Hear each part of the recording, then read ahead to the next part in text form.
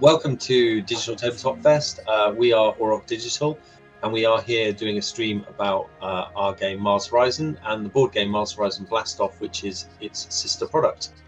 My name's Tomas Rawlings. I'm the CEO of the company, and I've been a developer on both the games, but spent quite a lot of time on the board game in the development of that. And my colleagues are Allie. I'm Allie. I do marketing and community stuff here at Auroch with Jem. Hello, I also do marketing and community stuff here, and talk about chicken nuggets way too much on streams. That's my whole role. Chicken nugget executive. Thank you, Space Chicken Nuggets. Of course. Thank you both for joining the stream. It's a good opportunity to talk about, the game and why it is. So our kind of overall plan for this is Ali's going to play the game, and myself and Jem are going to critique the playing of the game. We're going to look for points in the playing of the game where there's a kind of natural, allows us to talk about the board game version and what that's about. So over to you. Cool. Are we're going to play as ESA? Is that right? Yeah. Yeah, if we play as European Space Agency, that is a good call. And that's kind of like first jumping off point. Interestingly, when we started on the project, really early on, we got a little bit of funding off the UK Space Agency, who are a partner agency of the European Space Agency. And when we got some feedback from them, so they had a scheme you put in, and we said we were making this video game about running a space agency. And they came back and oh yeah, we'd like to give you some support and give you some input on that, which was brilliant, having a real space agency. But one of their early ideas was make a cool board game as well. That kind of planted a seed, which eventually would grow into the board game version. But we'll kind of unfold that story as we go. Let's select ESA. We've got ESA. We can point out that they've got special agency bonuses of high rewards for joint missions, because ESA are made up of 22 member states, and they do a lot of joint missions, not just with those states, but with all other agencies. There's a lot of collaboration between the different space agencies we've learned making this game, and chatting to a lot of people who work for different space agencies. And even during the Cold War and things like that, the space sectors were still working together, even if the countries weren't friends necessarily. Space is the one thing that united everyone, so I thought it was really cool. No, it is lovely. Yeah, I mean, we've chatted with other people about this, haven't we? About how, despite all the rubbish things that often go on Earth, that does seem to be the one area where we're able to cooperate. Maybe it's about the sheer difficulty of achieving it and the dangerousness. Space is not an environment that welcomes air-breathing creatures. So maybe that's part of it. But yeah, it's very cool that humanity can work together when we try. So Star Trek vibe there. We're just going ahead as the ESA normally, yeah? Yeah. Cool. We'll go for Pioneer experience. We've got different customizable experiences in the game. You can do customize within different experiences. You can have veteran, which is things a lot harder. You can get easier ones. You can choose on auto-resolving missions, having that as an option. But wanting to make it really customizable, so however you like to play the game, you can do it that way. So we'll go for Pioneer. We're not the best. We had a lot of explosions on previous streams. We have too many explosions. My erratic play style. So structurally, in this, obviously, it's popping up with that you're the director of the space agency, and that is the same in the board game. Each player is a director of a space agency, although in the board game, there is a solo mode, which Mars Horizon, the video game, is solo. In the board game, it was kind of originally designed around multiplayers, but that was done so that we could understand how the different space agencies would cooperate, compete, and there's that sense in the board game as well, which sort of comes through in when we were originally prototyping out some of the ideas. But yeah, so welcome, director. That is me. So when you were working with ESA, Tom, you got to visit their HQ, didn't you? I did, yes, and that was, I have to say, it was an absolutely fantastic experience. So through the UK Space Agency, I mentioned we started working with them. They introduced us to the European Space Agency as a member, and they very kindly invited us out, and we went out to visit a couple of their locations. We visited the We visited their research center, ESOC, and we also visited their European mission control site, and different stuff at different sites. But it was just really astounding. So many smart people from all over the world, all over Europe, coming together to kind of advance the knowledge of space. It was very Star Trekky in the most positive way of that. So yeah, that was very exciting. You got to go to real mission control. We did. It looked so cool. I wasn't working at the company then. I'm not bitter or anything. We demoed the game in the real space, in the real mission control, to some of the staff there. So we did basically. We went there and like we went there, and when we came in, they kind of showed like there was this thing like visiting today Auroch Digital. It's like, that's so cool, you know. Oh, that's awesome. And then the 2 different locations we were at, we at each location we did demos of both the board game and the digital game with various people, and got their feedback on it, and they would talk about what worked, what didn't, you know. And so somebody might say, oh, I think you've got that satellite slightly wrong. And you're like, you sure? And they go, yeah, I designed that satellite. And you're like, okay. Oh, the ultimate, well, actually. I'm not going to argue with you. Yeah.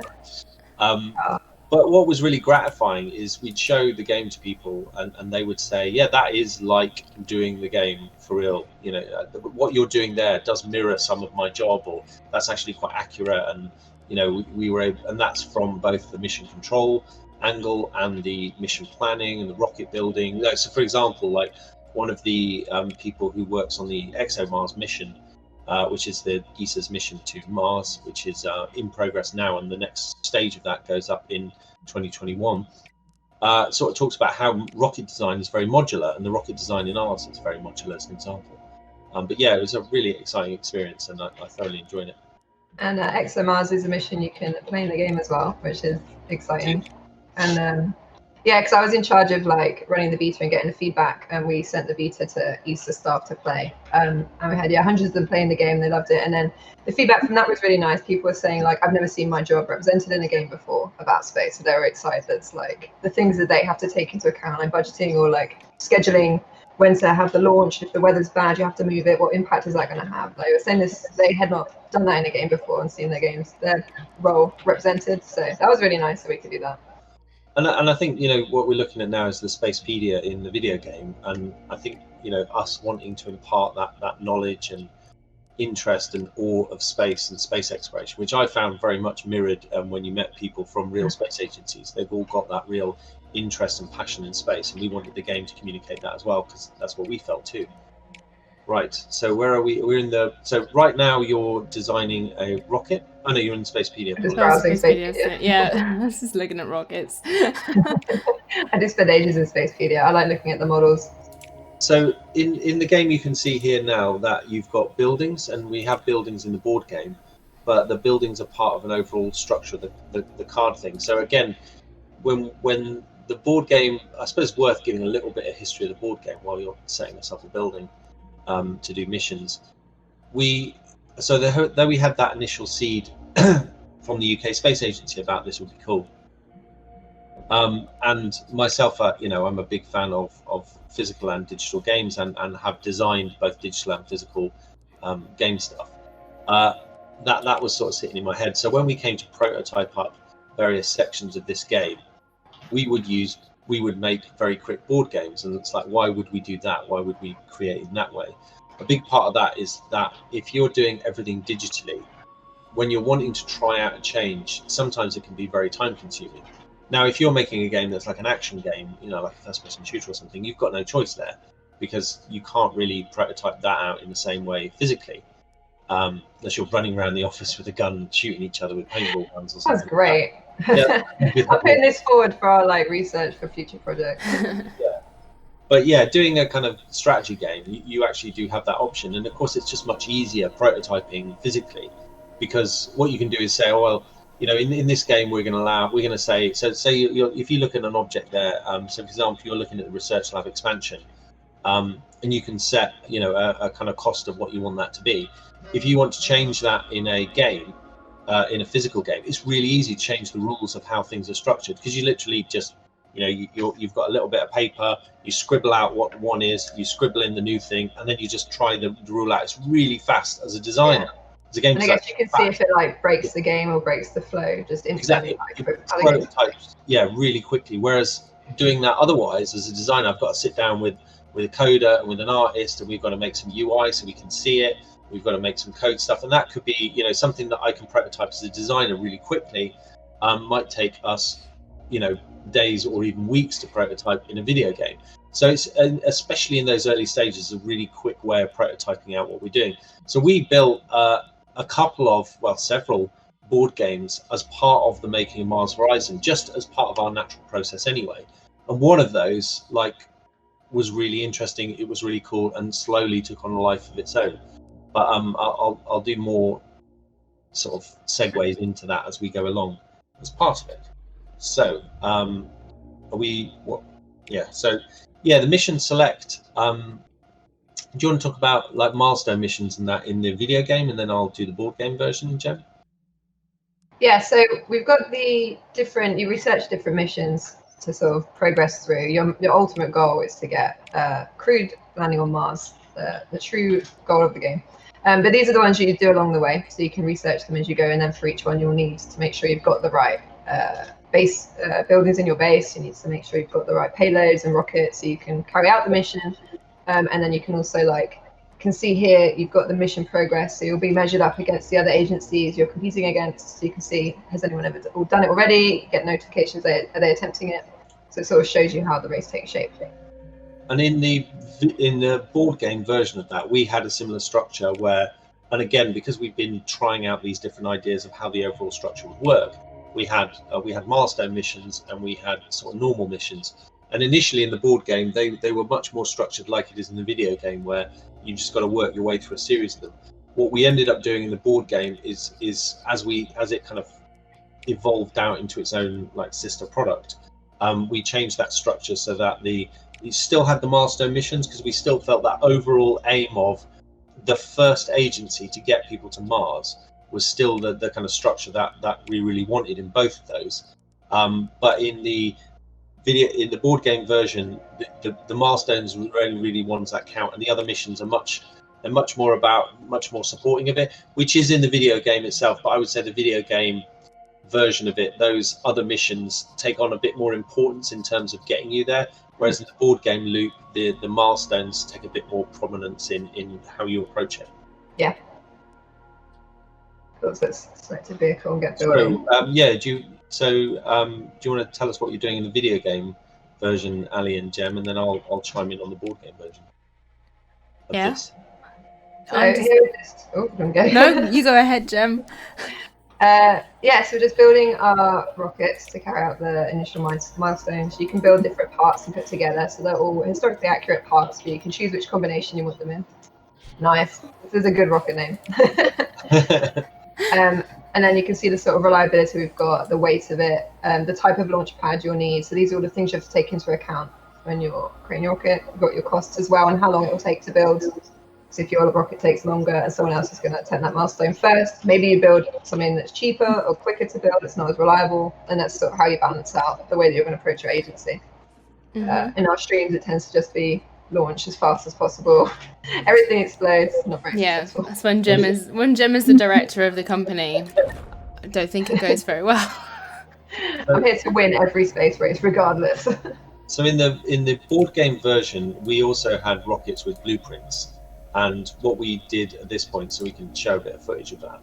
What we did with the rockets is we made it so when you first.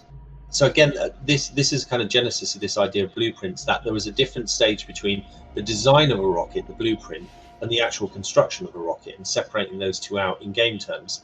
And we felt that's something that worked really well in the board game and in the prototyping, and that's something therefore we wanted in the video game version. In the board game version, how it ended up sort of evolving in its own way was when somebody first builds a rocket, when they first get a rocket card, should I say, that comes with a blueprint token on it, which means it's just the design at that point, and no one, and until it's used, it's not actually made into an actual rocket. Then in the game loop, if you decide to use that rocket, you take the blueprint token off it and then you use it. And at that point, this is where you get some interesting like cross-player thing, and this is where it's different from the video game. At that point, the design is now public. People have seen that rocket, they've seen it launch. And other agencies can basically copy that design because they've looked at what you've done and go, that's a good idea, let's do that. And at that point, then they can borrow your design, but they pay you a little bit of money, if you like, for licensing that design. So there becomes a strategy loop in the board game of when you might have developed a rocket type and you're the only person who's got that. You might hang on to that rocket type for longer, not doing missions because you don't want to unveil the rocket design you've got. Because when you do unveil it, what happens in the board game is the payload, if that rocket's got the right payload or capacity to get to different places, and the other players don't have a rocket that can do that, then they can't get anywhere until they get a rocket. The minute you use it, that kind of opens the floodgates for all the other agencies to use your design. So there's a kind of strategy to it, even though you make money when they do. Yeah, there's a similar thing in the game where you'll get narrative events come up sometimes. You get options to like give a tour of your facilities, astronaut training facilities, things like that, which gives you public support. People like to see what you're doing. But then equally, it lets the other agencies have an insight into how things work for you, so then they can gain science, which can allow them to do things quicker. So you're once again balancing the like competitive or like collaborative effort with the other agencies and sort of weighing up what the benefits are of each of these decisions that you make. Yeah. Right, are we ready to launch it? We're ready for the next event. We're going to go ahead in time.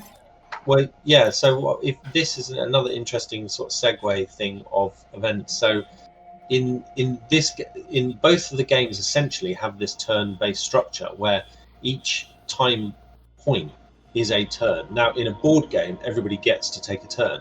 And so in the board game version, each turn you get to perform one action. So we're kind of limiting the actions to what you can do there. And that's our, that's our way of figuring out a flow of events to actions, player actions versus things happening. And prototyping, you kind of want to get that sense of the balance of how the overall things work. And then in the board game version, it becomes its own sort of structure. And so we're forcing the player to take an action, and that might be you're buying a card, that might be you're doing a launch, but because you can only do one thing, it changes the nature of that action, becomes really valuable to you. And if you skip the action, so you don't have to do anything there, you get more income. It's almost like you're preserving your resources and just focusing on generating them. And that's a kind of, it makes it a really interesting loop in the board game. So do you want to build our small launch pad for our rocket? So in the board game, we also have launch pads, and they essentially act as buffs, but we didn't have a loop that's got this separate base component in there.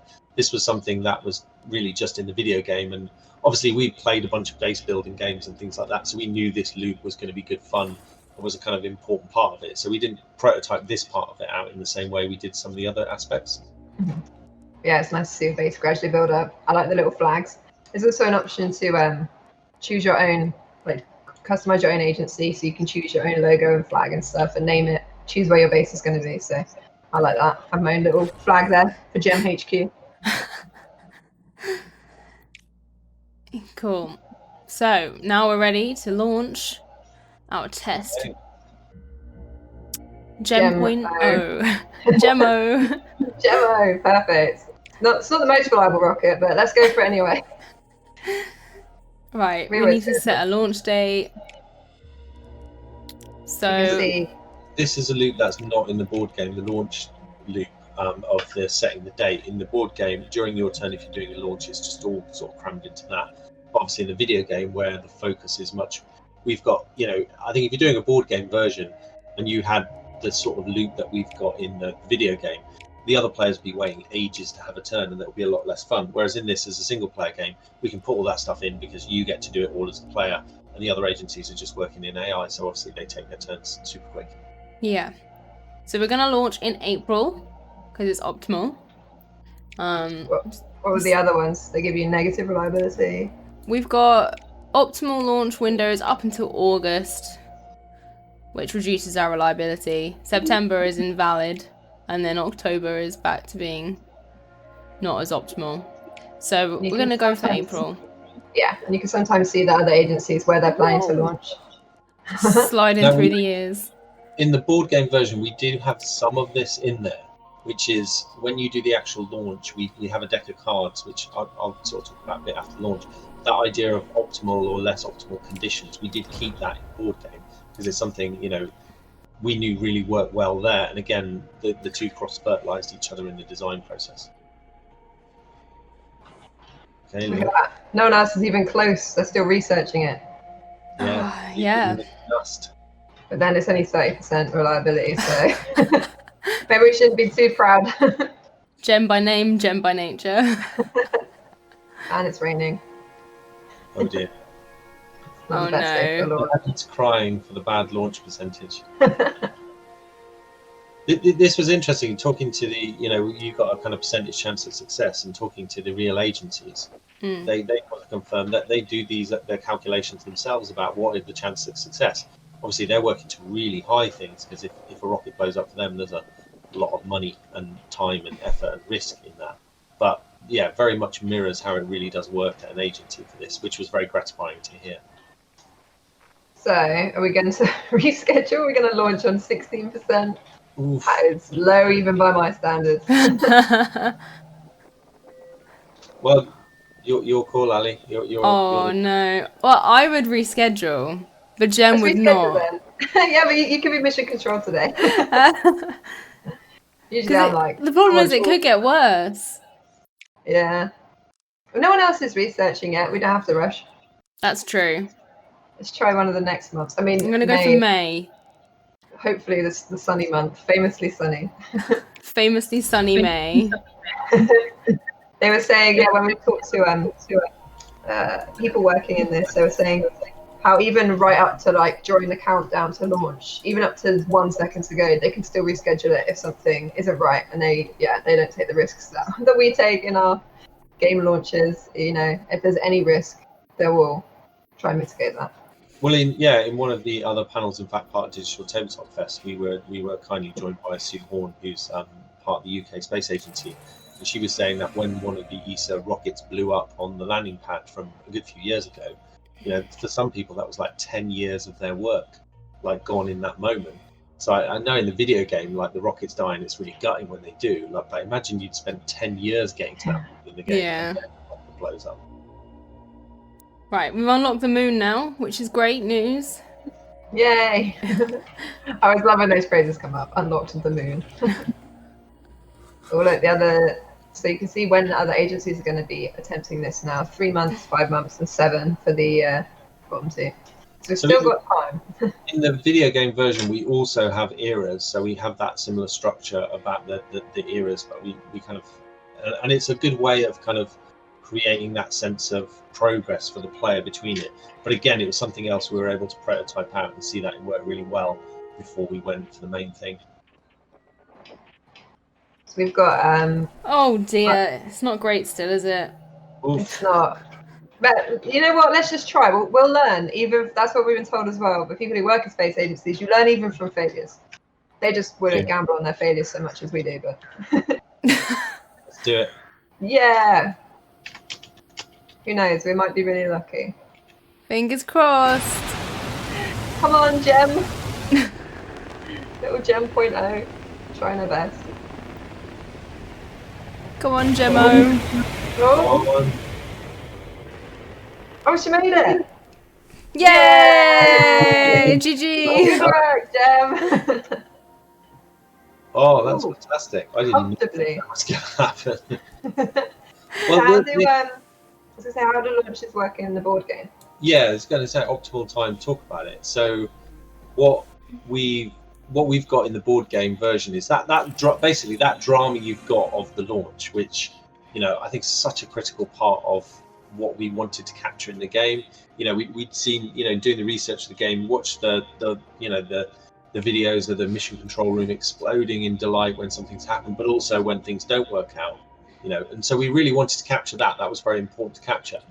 So the way the launch works in the video game, being slightly different, is you've still got the reliability, that's still in there. As you approach the point of launching, you've got various bonuses from other cards, and that you've got the reliability of the rocket, and then you go for the launch. Then what happens is we've got a special deck of cards, which have got those event condition things that we talked about. So you take the event deck, and you've got to count down so you've got to go 10, 9, 8, count right down, and then you lay down on the last three. So as you go 3, 2, 1, you lay down cards. What you're after is, if you get all of those as green, you get a boost to it. The conditions are super optimal. If don't, that actually reduces the, again, similar to what we've got in the video game, reduce it. Except at this point, you can't abort the launch. You're kind of locked into it and you go. Then at that point, when the rocket launches, unless it blows up on the landing pad, which is possible if you get all the reds, you kind of then roll the dice, and you need to add your bonuses to that, and you need to get equal or more than the target you've got to get. Once you get that target, you then have achieved launch, and launch goes up, and you've made it. So yeah, it has that same sense of drama, I think, within that. But when you're sat around the table playing it, it's a lot of fun. There's a lot you're like gradually flipping the cards, like, oh. Which again, like demoing this at one of ESA's HQ, it was just really exciting seeing a bunch of people who really do work on missions to Mars playing your game about missions to Mars. That was really exciting to see, and getting their feedback and seeing them really enjoy it was fantastic. Yeah, they have their own board game club at ESA, don't they? So they've got a lot of board game fans there.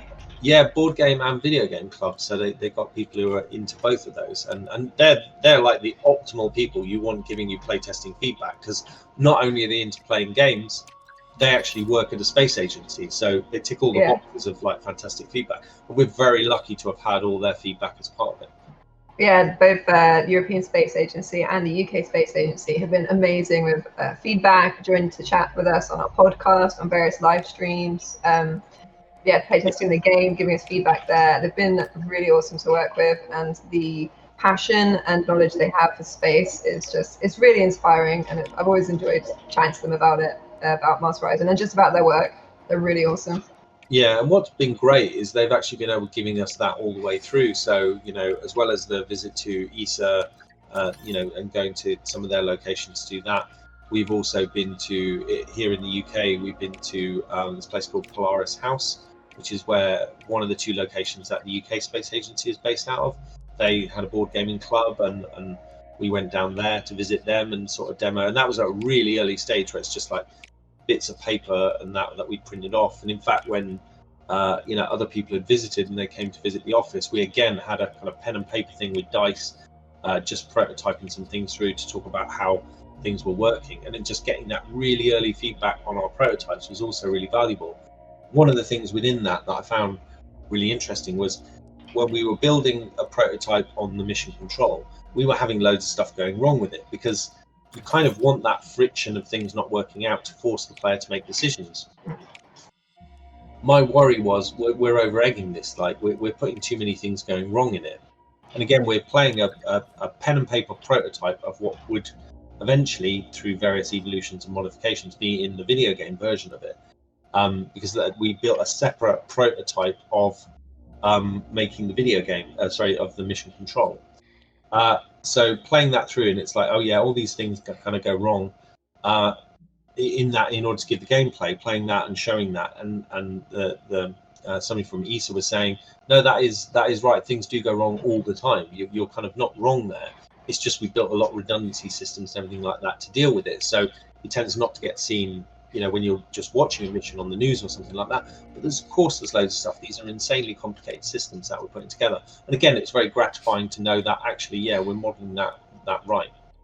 Yeah, when we were doing a stream with Emmett from the European Space Agency, we had you can choose to put in like a backup generator in case the power at your HQ goes down.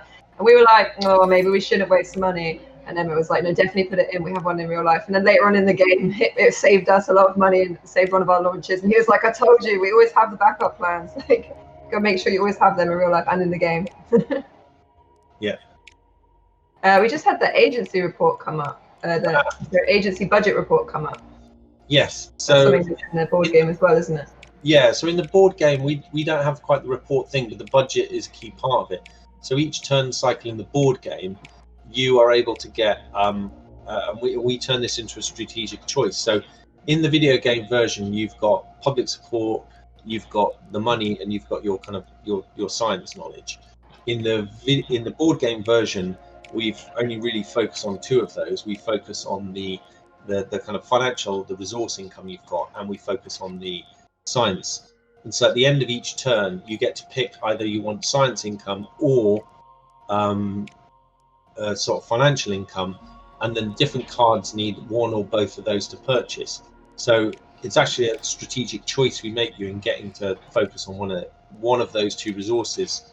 And again, it's one of the things that evolved differently in the board game version, but it works well. It makes even a really basic decision that you take in a board game, which is to get some income, it turns that into a strategic choice. And it also acts as a kind of signal to the other players about maybe where you're going or what you're thinking of buying, because a bunch of cards are out there for the player to buy. And if you're making a decision on, if you're thinking, I'm going to go for that rocket design, so you start accruing the resource you need to get that rocket, the other players might clock that and then decide to move to block you from getting that. So there's a bit more cooperative, competition-y type things in, again, leaning more towards competition than that is in the video game version, just because obviously there's multiplayer in there.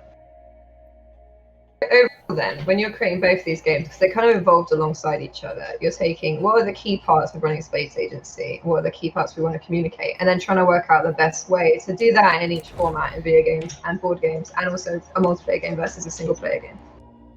Yeah, so the game's been in development, like both of them have been in development a long time at Auroch, and we've gone through various iterations of trying ideas and things like that, and I think weirdly enough sort of mirrors space exploration. Not that I'm saying what we did is anything close to the actual thing, but there's a lot of trial and error in making a game. There's a lot of figuring things out, which is why board games are really valuable tools for prototyping, as we discussed, because it kind of makes that a little bit easier.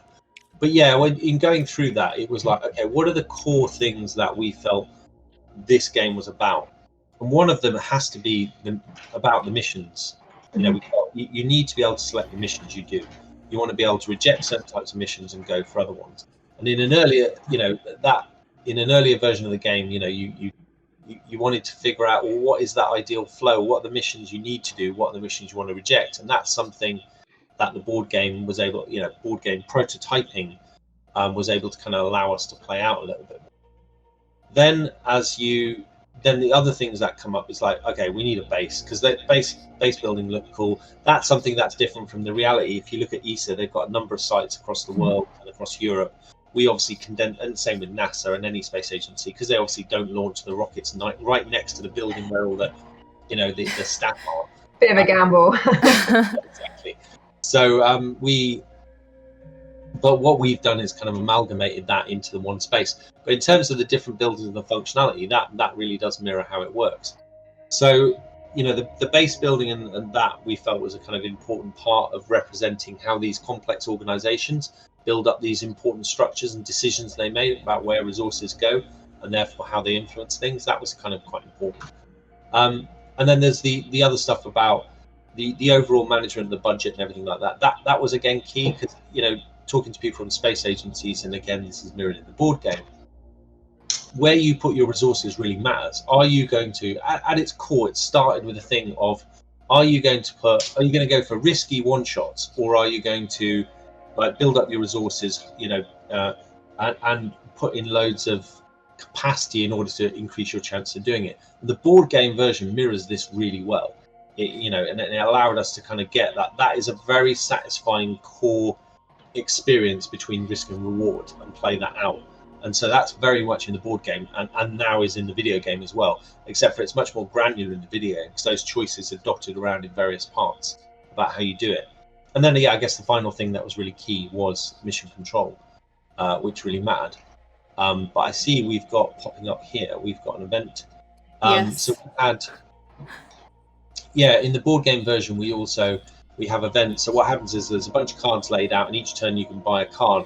So the events in the board game are much more mixed in amongst the rest of the activities, whereas in the video game version, they exist in slightly separate feeds. But I feel, again, what both of them do is they kind of put all these various parts together to allow the player to build their own narrative of what's going on. And I think, for me, those sort of parts to it work really well. Yeah, I'm really bad at making these decisions. So if somebody else wants to make a decision, Well, co-director Jem, are you? So I have the aggressive playthrough, so I'm always agging after people. So let's state concern over achievement. Okay. It always comes to bite me in the ass, Nathan. Okay. Yeah. Look, we got support though. China don't like us so much anymore. I like the achievement, the narrative events we call them. One of them is has been in the news again recently. There is an astronaut who punches someone who thinks it's a conspiracy theory that we landed on the moon. We put that in the game. Yeah. Tom is actually the astronaut in our narrative event. I didn't realise that. Have you not seen it? Yeah. The day one. Right. The astronaut Tomas Rawlings punches a conspiracy theory. Well, I'm very honoured that. for questioning. I'm flying the flag for actual science and reality in there. So yeah, I'm happy to be flying the flag for that. I also had one time I had an astronaut and they hadn't been up into space yet, and then the narrative event popped up that they'd had an injury, so they were retiring. I had to give them a big payout, so they just joined and then never did anything. We're gonna have to go for January unless we want a suboptimal launch date. We've already pushed our luck once this stream, I think. Okay, yeah, let's Go for a safe one.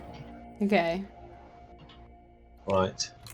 Certainly in the video game version, there's much more granularity in the detail of the rockets, the payloads, the capacities, and things like that. We do have that in the board game, but it's much deeper in the video game version. Imagine the size of the box if we tried to have the same granularity in the board game. Yeah, no, it would be a huge box, and it would take hours for every turn with all the calculations. But that's one of the things about when you're designing video games. The big plus is you can have all those calculations going on under the hood, and the game can handle all that stuff for you. If you're doing a board game and there's a bunch of calculations that need to happen, you kind of have to do all that, and that can change the nature of the fun of it a lot. Yeah, I've played D&D. Whenever you start a new campaign and some people are a bit new, haven't done it before, and you've got to do your first attacks, and everyone's bringing out the spreadsheets, the dice, everyone's stacking the buffs. It doesn't take a long time, and it's 7 seconds have passed in the game world. All we've done is walk over here and throw a punch. Yeah, it's always one of those things where, as a board game designer, that's a really different loop of how much complexity you put into it versus a video game designer. Yeah. We talked about this a bit in the Dark Future stream that we've done as well, where in Dark Future there's the physics of the car being represented, whereas if you're making a board game which has got cars moving, there's no way you can have anything like the complexity of the physics of a vehicle moving, even a fraction of it, because the calculations would be insane and very dull to have to do. Yeah, it's good though in D&D. You get up to speed and everyone's just, it's like a dance. People know by that point what they're doing, and they just fly through the battle, and it's really exciting. It is. Well, it shows, because we got dice rolls in the board game. I think it shows dice rolls could, like this moment here. So we're coming into a moment of drama. We know under the hood now there's a whole bunch of dice being rolled in effect by the computer to figure out what's that we're looking at. 49% launch reliability. Not bad. I mean, it's below 50, but It's a toying cost. Let's go for it. Go for it. Cool. Yeah, It's always tense when I play this game because I always launch with low reliability. It feels like 90%. The drama is gone. Too much. I'm making a more exciting experience. So come on, computer, roll good dice. Roll good dice. Nat 20. Come on. Yeah. Oh no. Thomas. I think that was a 1 on a D20. Yeah, we rolled a 1. Yeah. Was it? Oh, it tried. 10% in-flight engine failure.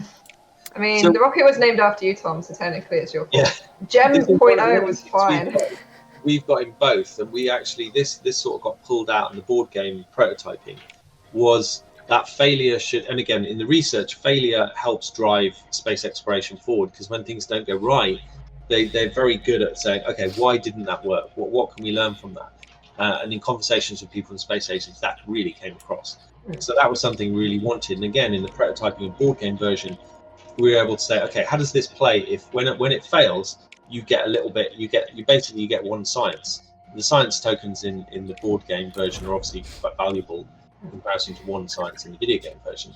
But it's that same principle of what's going on, is that you get some consolation with the failure. And we were very quickly able to prototype that in the board game version and go, look, that does work, because it's gutting when a rocket blows up. It's really not nice. but at least you get something from it. Like Yeah. at least you understand that, and you can see the same loop going on here. That we've failed, but we've gained something, and it's a kind of there's a little bit of comfort with the player, and it gives you some sense, but it's also very accurate with the kind of reality of it.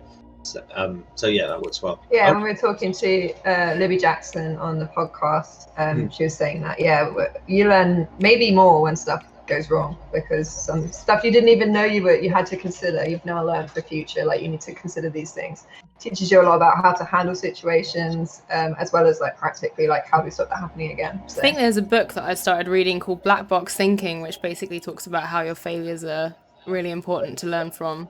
But I never finished reading it. My dad's been telling me to read it for months.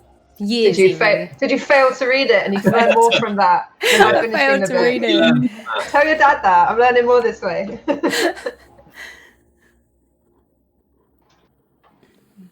Right. Let's see if this one works. I'm going to use different bits. Let's try.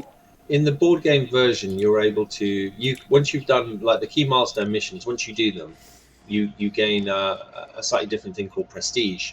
And the prestige is essentially, it's a bit like public support, but not quite. But what prestige uses, it allows you to kind of boost missions further forward. And that's really key in the video game version. In the board game version, because ultimately to do the mission to Mars, it requires a higher dice roll than is possible to do with natural dice. So that says you've got to build your capacity of your agency up, and you've got to build prestige, which is probably more akin to experience, actually. Now probably a better analogy of how it works. So you've got to build those two things up in the board game version to even have a shot at doing Mars. You're kind of your as it starts, space agency hasn't got a chance, which is obviously like it is for real. Like they're not going to do, we're going to create a new space agency and we're just going to do Mars as our first mission. I mean, chances of that happening. Straight to Mars. Yeah. It's like not even launched a rocket now. We're going to do Mars. First launch ever is just a crude mission to Mars. I mean, I'd admire the boldness of that strategy. We're doing research for this. I watched a couple of good documentaries about the early days of the space race, both the Soviet and the US ones, and the early days of the British. Before they were doing most of their stuff through ESA. What they were getting up to, and those early pioneering days were absolutely fascinating and incredibly dangerous. Especially on the Soviet side, a lot of people died. And so incredibly brave people to be in those early test craft. I mean, to be in a craft now, you're brave. Yeah. One of those early craft, we talked about the percentage chance of success. Some of those must have been very low, but they just hadn't built the capacity, the knowledge, the experience, the processes, and everything like that they have now. And those were all hard-won lessons that they learned. Yeah. I think any astronauts, cosmonauts are extremely brave. Like, it's interesting. They trying to Emmett. He was saying all of them, as soon as they've come, back or retired, they're like, I would love to go back to space. They just want to get back up there, which I think is really like cool and nice to think about. That the astronauts just always want to go back to space. They just love it so much. I wonder what that's like looking back at the actual planet. I wonder whether you just feel incredibly vulnerable, or do you feel? There's a word of what astronauts experience. Overview effect. It's called. Oh right. Cognitive shift in awareness reported by some astronauts during space flight. So they look back and they're just like the first-hand experience of seeing the Earth just like as a thing that's separate to yourself. That you just get like a real sense of unity, I think, of the whole, we're all part of that. Not many people can talk about it. Only astronauts. Right, we have some training available to us now. Oh yeah, let's train up. This isn't really a loop. There are cards that kind of represent the building of experience and capacity in the board game, but not quite the same as this. This is definitely something that was built out much more in the video game version.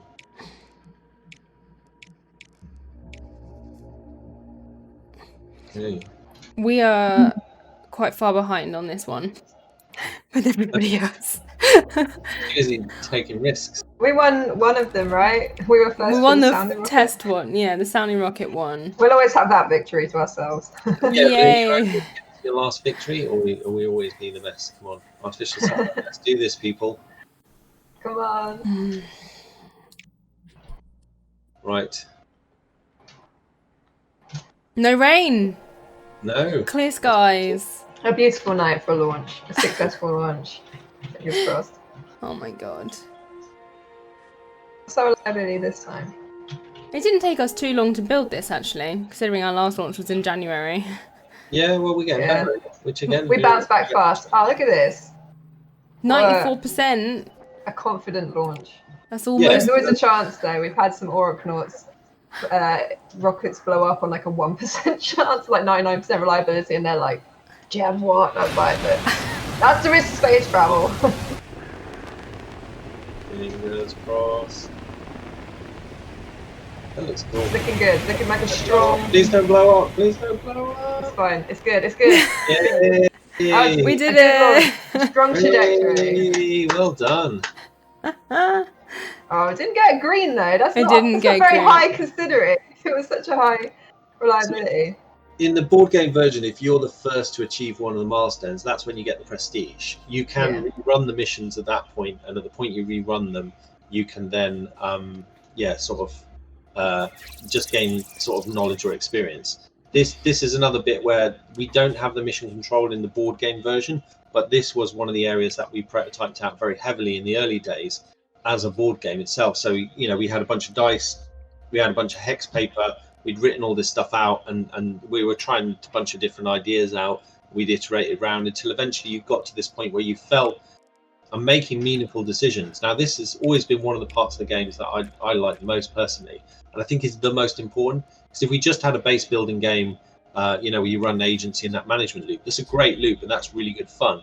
But I felt it needed this extra thing that was just unique to what we did, and that was what mission control was all about. This is a thing that only you get in our game, is running the mission control, layered on top of those other gameplay loops that we know were good.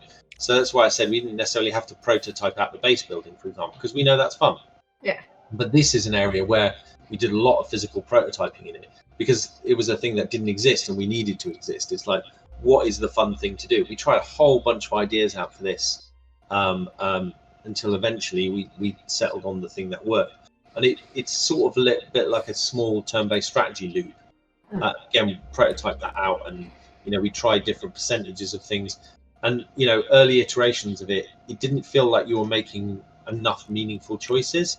And so we're able to kind of iterate out until we got the first, and then eventually build the first video game iterations of it. And we still iterated after that, but the basis on which we build it out was with these early board game versions. No, I'm so bad at this. Perfect. Resist. I like these little sort of puzzly gameplay. Puzzles are definitely my jam. But we do have an auto-resolve option we added for certain experiences or like difficulty levels. Because some people like to focus on the management aspect, and some people would like to do the puzzles and delve into that. So we thought we'd give people the option to play the game their way. What's been interesting in both versions of the game, we've had a lot of kind of community feedback on it, because you've run the sort of beta. So we had a big beta in April, and then we also had the Steam Game Festival summer demo.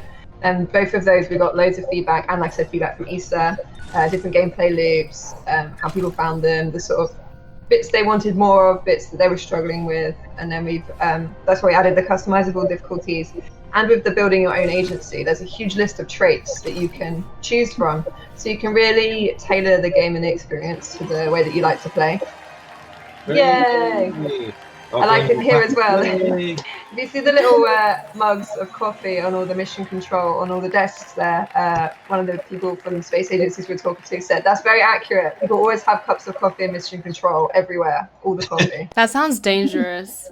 No, they need it. I'm clumsy though, so that would be dangerous for me. The rocket's blowing up. You'll just have to have like plastic mats all over your desk. One of the things they've got at ESA's Mission Control, they've actually got like a landline phone line, this hard line that connects. And so it's like their fallback communications if everything else goes down. They've got this like separate system of communication. Same with the power. They've got their own separate power supplies and everything like that. Which, of course, if you think about it, you need that redundancy. You launch a satellite to Mars and then, something goes wrong with the power in your mission control. You could lose that whole thing. Yeah. So that thing of all the layers of redundancy that they think about, which is so interesting when you chat with them in real life about how it works. Yeah, That also means you should drink coffee whilst you're playing Master Horizon for the truly immersive mission control experience. Yes. I'm gonna make some branded Master Horizon coffee so we can sell that alongside the game. So the testing loop we did on the board game sort of echoes what we did in the video game, where so in the early versions of the the kind of alphas and betas of the video game, there's no tutorial in the game, and that's deliberate on our part. It's like we just want to see how people get on with it. So huge thanks to if you're watching this and you took part in one of those, we really appreciate your input. Because it's like, how intuitive are our controls? How intuitive is the UI and the layout? Unless you try people out with that and see if it works, you just don't know. And similarly with the board game, what we would do is after we got to a certain thing, we do lots of play testing. We put people in from different development teams at Auroch. We pull kind of random people in who came down and helped out from through Bristol Games Hub and places like that. But we'd also do test loops where we just sit somebody down with the manual and the game and just say, right, figure out how to play it. And then we leave them in there, they'd figure it out, and then they'd show us how you think we play the game. At the first few iterations of that, they're like, okay, they're playing it in a really weird way, which means we're wrong because we should have put the manual better. So then we use that as a loop, kind of rewriting and redrafting the manual and the layout and how we're explaining stuff until we feel in the end that we've got it right. And similarly, the tutorials is one of the last things we come to doing. One, we want everything to be stable and like not to keep adding new things. So if you do the tutorial early on and then you change some UI or you add a stage or remove a stage, you've got to redo that whole thing again. Whereas if you do it right at the end, everything else in the gameplay is static, and you know that. And you know this with the video game board game, Jem, because you helped us create the video clips that people can see as part of this. And actually, when you joined us, that was one of the things you worked on early on, wasn't it? Was how to play video. Yeah. And so with the beta for the video game, we'd get a lot of people asking, like, I wasn't sure how to do this bit. Or in our Discord, we're getting like live feedback then. So then we knew that's the section of the tutorial we need to focus more time on. And there's some bits like base building. A lot of people have done that sort of stuff before. So we assumed we didn't need as much tutorializing there, and we didn't. A lot of people sort of had played these sorts of things before. So it's really, we found it really good to work with the community closely to sort of tailor the game, help it to make it easier for them to understand and also to enjoy it and be able to play it the way that they want to. And thematically, I think obviously both the games share the theme, and there's a bunch of other games that share themes. So we did a stream with designer Jacob from Terraforming Mars, which is a great game, thoroughly recommend. Across the team, we've been fans of Kerbal Space Program, another great game, thoroughly recommend. They're thematically, there's lots of games that do this. I think there's no surprise to me that thematically this is really interesting. So one of the things, early on in, they had the NASA's Mars rover, and the pictures it was sending back from Mars was just really quite something. And when you stop and think, like, wow, that we have put something on another planet that takes months to get there, that was pretty mind-blowing. And actually, the visit to ESA's European Mission Control HQ, that was another one of the things that really blew my mind. Is they've got the main mission control room where when they're doing a big launch or something like that happens in there, and that again mirrors what we've got in the game, which is the key points of the mission control: a launch, a landing, an orbital insertion, something like that. That all happens in mission control, and you as the player, the director of the agency, are called in to do that. But in the ESA's HQ for this, they've got this mission control thing. And that's kind of like where all that stuff happens. But of course, the missions still run on. So, for example, they've got Mars Express. Mars Express is a satellite orbiting Mars that has been picking up traces of methane in the atmosphere of Mars. That's really interesting. Why? Because methane is a gas that can be caused by organic life. There are other things that can cause it as well, but life is one of them. But methane doesn't hang around because Mars doesn't have an ionosphere, the kind of magnetic sphere that protects it from the sun's solar radiation. And so any methane that's produced is denatured, is broken down by the kind of constant blasting of the sun's energy. And so whereas on Earth, the magnetosphere sort of deflects that solar radiation around the Earth and essentially protects, and without it, we wouldn't live. They don't have it on Mars. So what is creating these spurts of methane? We don't know. And so Mars Express is able to pick up that data, and then that leads us to the ExoMars mission, which is then a mission to go to Mars with the rover Rosalind Franklin, to bury under the surface of Mars, to have a special drill that will go deep under the surface of Mars in order to find the Martians. Martians, yeah, in order to find, or maybe they'll find evidence of life that did exist, Yeah. or life that may still exist. I mean, it's super exciting, and I Yeah. think we need to get that connection to that. So yeah, when I was at the HQ, and there was a couple of people in a building in a room, and this was one of their submission controls. They've got all these other submission controls going off, and they're like, oh yeah, that's the Mars Express one. You look at this machine, and there's a computer there, and you're like, that computer is directly linked to a satellite orbiting Mars. You're like, that's mind-blowing. Yeah, if you spill they didn't let us in the room, but then I spill my coffee on the computer, it's like, oh god. I just like try and dry it up when I was looking, like, what's over there? Nothing happened. Oh, it wasn't me that spilled it. That would be me. I would be spilling something everywhere. Don't let me anywhere near sensitive equipment with my coffee. That's what I'm saying. But yeah, that part of it is super exciting about how it all works. And I think if people watching the stream, obviously they can, I hope they'll go and wishlist Mars Horizon. We've got a demo right now. They can play Mars Horizon. You pick Hero 1. So check it out. See if you do better than us. Unless you're watching this video in a couple of months' time, in which case it's out. Go and get it or something like that. Which we've not announced the launch date yet, so we don't know. But that, then you can also get the board game and kind of play those and see whether you think how the two games link to each other. Because to me, as a games designer, I am fascinated by the game design of physical and digital games. I love both forms of entertainment. I love playing video games. I love playing board games. If I can only play one of those, I would feel I would miss out. And to me, both of them bring very different experiences. But it's that crossover that's interesting. It's like, I love the idea the way you're able to explore a theme in slightly different ways with the different flow. You've got people sat around a table, or when you're focused on a much more single player experience. To me, they're both incredibly important tools of game design to play both and use both part of it.